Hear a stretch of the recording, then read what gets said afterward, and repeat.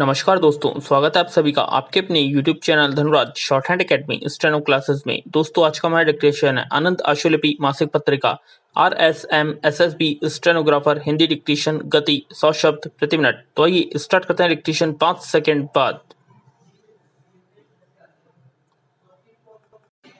Start. सभापति महोदय, भारतीय लोकतंत्र की आंतरिक शक्ति और उसकी सजीवता सभी सिद्ध हो गई है, लेकिन आज हमारे सामने जो समस्याएं हैं वे गंभीर है।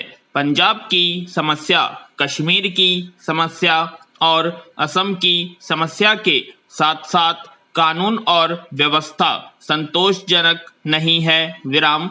इन समस्याओं के होते हुए आज हम अपने आप को एक ऐसे कगार पर पाते हैं जहां आगे क्या होगा उसके बारे में साफ साफ कहना कठिन है, लेकिन मुझे पूर्ण विश्वास है कि हम अपने प्रयास में इसलिए यशस्वी होंगे कि हमारे साथ भारतीय जनता है और जनता के बल पर जो काम है वह अवश्य सफल होता है।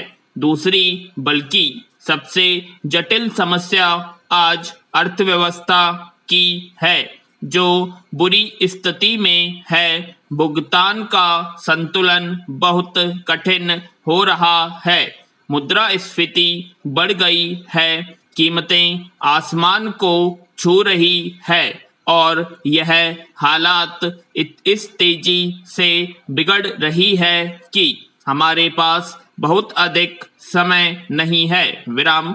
अगर हम इस परिस्थिति से दो चार नहीं होंगे, इससे लोहा नहीं लेंगे, तो फिर हमारी आर्थिक स्वतंत्रता जाती रहेगी। इसलिए हमारी सरकार सर्वोच्च प्राथमिकता इस अर्थव्यवस्था को सुधारने के लिए दे रही है। विराम। यह ऐसा प्रयास है जो बड़ा कठिन है, लेकिन हमें पूरे संकल्प के साथ अपनी अर्थव्यवस्था को ठीक करना है। पैरा। मैं इस मामले में यही कहना चाहूँगा कि अर्थव्यवस्था में सुधार करने का जो काम है उससे किसी राजनीतिक दल का कोई संबंध नहीं है। दलगत राजनीति से वह परे है। इससे पहले भी ऐसे कई संकट हम पर आए थे, लेकिन हमने उनका सामना किया और उन पर काबू पा लिया।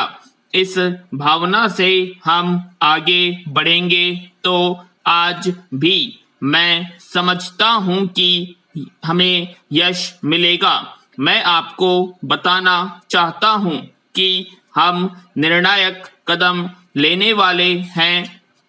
अभी जो बजट स्थगित किया गया था वह 1 महीने के अंदर प्रस्तुत किया जाएगा।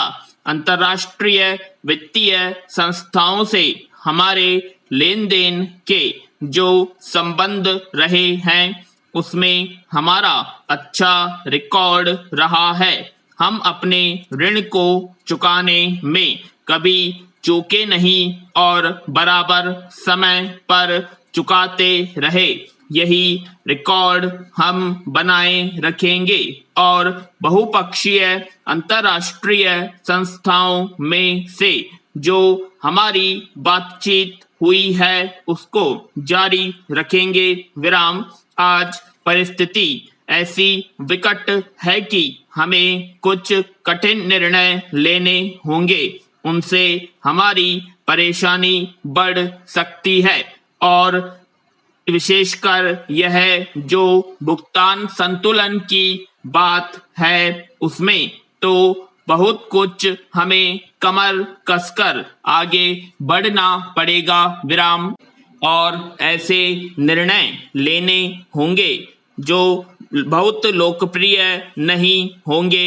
इसके बावजूद मैं आश्वासन देना चाहूँगा कि इन कार्यक्रमों को लेते समय हम इस बात को सुनिश्चित करेंगे कि जो गरीबों के लिए कार्यक्रम हमने बनाए हैं उनमें कोई कमी न आने पाए और हमारे देश के विकास की जो गति है वह मंद न पड़े।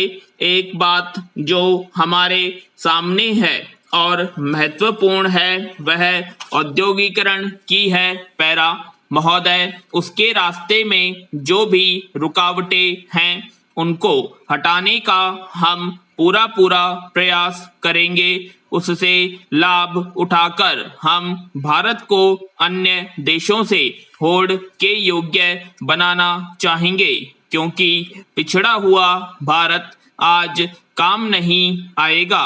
अन्य लोगों के साथ कंधे से कंधा मिलाकर आगे बढ़ना है और इसलिए हमारे प्रशासन में या हमारे उद्योग में कोई चीज व्यर्थ न हो। एक प्रकार की उदासीनता जो कभी कभी आ जाती है और लोग समझने लगते हैं कि मुझे क्या लेना देना है, बड़ी हानिकारक होती है। उस भावना को भी हमें हटा देना है। विराम। हम यह चाहेंगे कि विदेशों से हमारे पास सीधे सीधे पूंजी आए। पूंजी के आने में जो भी रुकावटें हैं उन्हें हम अवश्य हटाएंगे। एक सृजनात्मक ढंग से उद्यमशीलता के साथ हम औद्योगिकरण में आगे बढ़ना चाहते हैं। इस प्रक्रिया में हमारे जो प्रवासी भारतीय हैं उनको महत्वपूर्ण भूमिका निभानी होगी और मैं आशा करता हूं कि वे ऐसा करेंगे। हम इस बात को सुनिश्चित करेंगे कि उनकी जो पूंजी यहाँ लगेगी या जो लोग यहाँ आकर अपनी पूंजी लगाएंगे उन्हें कभी पछतावा नहीं होगा, बल्कि वे खुश होंगे कि उन्होंने अपनी पूंजी भारत में लगाई है। पैरा। कृषि के क्षेत्र में हमें बहुत कुछ काम करना है। सिंचाई का विस्तार करना चाहते हैं। बड़े पैमाने पर बारानी खेती को प्रोत्साहन देना चाहते हैं और हमारी विस्तार सेवाएं हैं उनके माध्यम से हम नई प्रौद्योगिकी को अपने किसान के घर तक, उसके दरवाजे तक पहुंचना चाहते हैं। इस बात को भी सुनिश्चित करना चाहते हैं कि किसान को लाभकारी कीमतें उपलब्ध कराएं। देहात के गरीब किसानों पर कांग्रेस हमेशा विशेष ध्यान देती आई है। जमीन पर या खेती पर आजीविका पाने वाले लोगों की जो एक बहुत बड़ी संख्या है उसे कम करना है और उसके लिए रोजगार के दूसरे साधन उपलब्ध कराने हैं। वहाँ उद्योग चलाने हैं। इस पर जो भी खर्च किया जाएगा उसका पूरा लाभ उनको मिलना चाहिए जिनके लिए खर्च किया जा रहा है। बीच में इधर उधर व्यर्थ न हो, इसको सुनिश्चित करना है और हम यह करेंगे। विराम।